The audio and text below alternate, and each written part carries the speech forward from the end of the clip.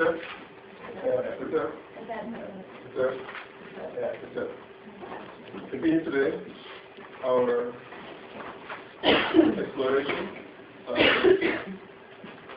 African civilization, religion, and philosophy.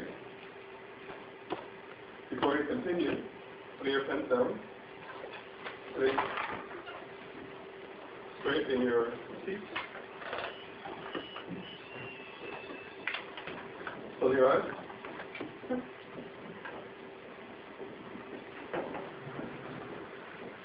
Breathing deeply, allow your abdomen to expand as you breathe in. Allow your abdomen to contract towards your spine as you breathe out. Leaving the upper muscle of the world outside for now as we move into our class. And this is a class, today's particular class, we're dealing with Sema philosophy. You should know that what you've been doing all along in the class is practicing the first steps in Sema philosophy, which is to breathe and calm down.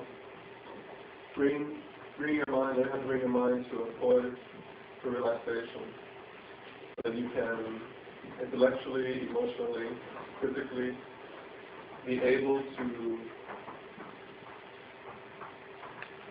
expand your consciousness, to evolve as a human being. And that's what we've been doing. And that's what the entire class is all about.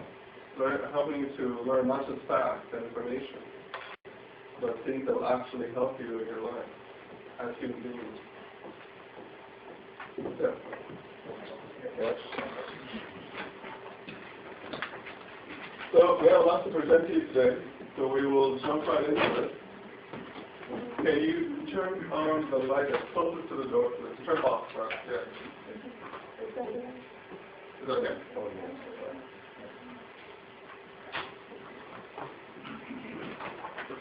If anyone else comes in, we ask them to sit there, please.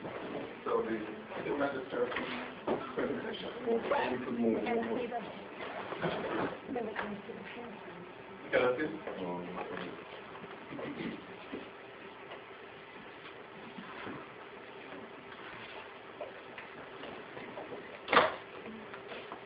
Today's class, you recall when we talked about coming to the end of our course, we're dealing with the philosophy, the ancient African philosophy. And we've talked about two so far, and today is the third. Today is Sema Tawi, introduction to Sema Tawi. And Sema Tawi, you see the symbols right here? This is Sema, and this is Tawi. Sema means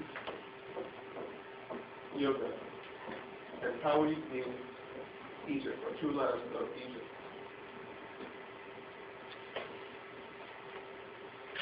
Now, before we go into the lecture proper, I want to give you a little review and present to you some beautiful reliefs, as well as give you some teaching at the same time. Can you switch the light? The one that's this one come out, right? Yeah, you like this one. So I want you to get a good look at the coloration in these particular reliefs. Can anyone tell me, based on your current knowledge of what we're doing in this class, what do you think is going on here?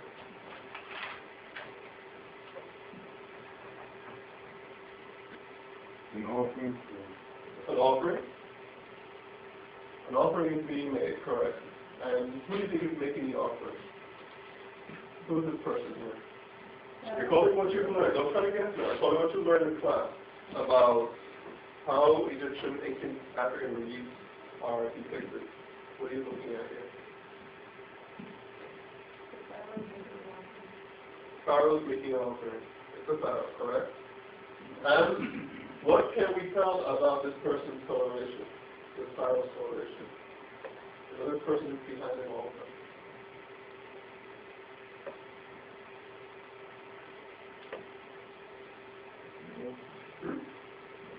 Excuse me? Male? He's male. Well, he's male. I know one thing. This person looks like a sheep, doesn't it? She thinks it's the same color. What color is it? Reddish brown. Yeah. Reddish brown.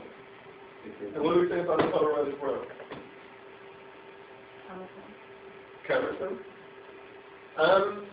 But what do we see now later down the road? Remember what I told you also when we discussed about the painting?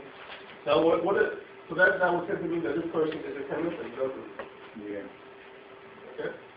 It actually turns out that he's not.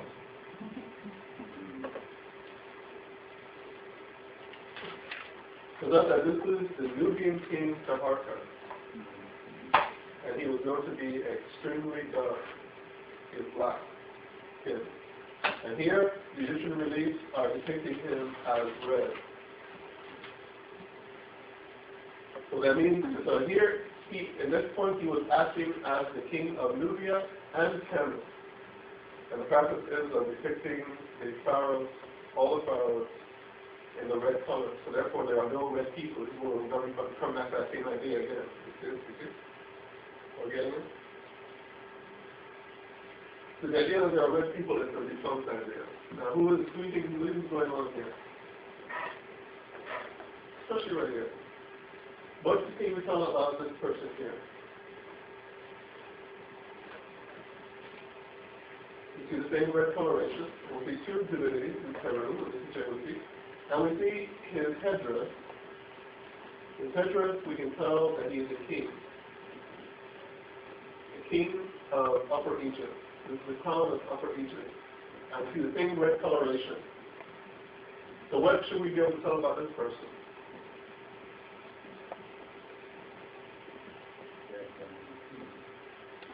Is this a Nubian? Is this an Egyptian? Kind of. What do you think now? Okay, now you should be wondering. What does Muata say? The red coloration.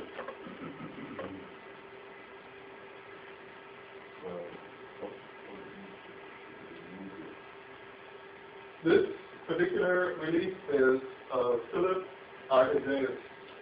He's a successor of Alexander the Great. And who was Alexander? The Greek. He was a Greek person. And what skin color are the Greeks? Right. They're European. Here he's depicted as red. Because at this point, the Greeks had conquered Egypt. You were getting in here? Yeah. Well, that's the question. Red cannot be used as a means to determine the ethnicity. That's what we're getting to here. There are no red people. You have to know what you're looking at when you're examining these reliefs. But does that depict the office of Pharaoh? It depicts the office of Pharaoh. That's what we're getting at. Correct. And Kemetan people in general. If you're Kemetan, no matter what color you are, you're depicted as red. Period. For the relief purposes. Especially when you're placed in conjunction with other ethnicities, so that there can be differentiation. Okay?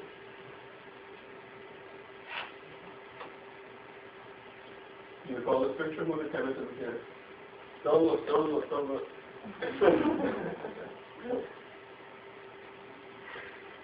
This is Kemet. You can tell by the lips, the vertice. Here, Aksu. These are the Nubians, other Africans. And they're depicted the same. Wear the same clothing. These are Libyan, and these here are Asiatic. See, this is a different relief. What I'm trying to show you there, this is a different relief.